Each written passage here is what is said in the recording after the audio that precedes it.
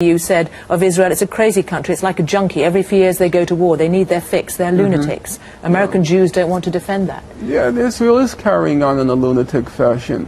I would like to ask you... And Hezbollah, who you went to meet? I would like to ask you, name me another country in the world. 2003, Israel was the cheerleaders for the war in Iraq.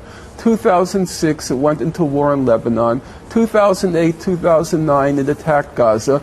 Now it talks about attacking Iran. If you read the Israeli papers every day, they talk about, should we attack Gaza? Should we attack Lebanon? Should we attack Syria? Name me another country in the world that falls into that category. Well, that's a lunatic state. Israel would point to a number of its neighbors and say exactly the same thing. No, you show me how many countries has Iran planned to attack? No, let's ask a simple question. How many countries in the last 10 years has Iran attacked? When you look... No, that's a fair question. How many countries in the last 10 years has Iran attacked? When you look at the history of Israel, do you not have some sympathy or understanding, people would ask, as to why they feel threatened and why we're not talking about why they feel threatened. We're talking about a country that every 2 or 3 years goes to war. And if you follow the press as I do, every day they talk about let's attack this country, let's attack that country.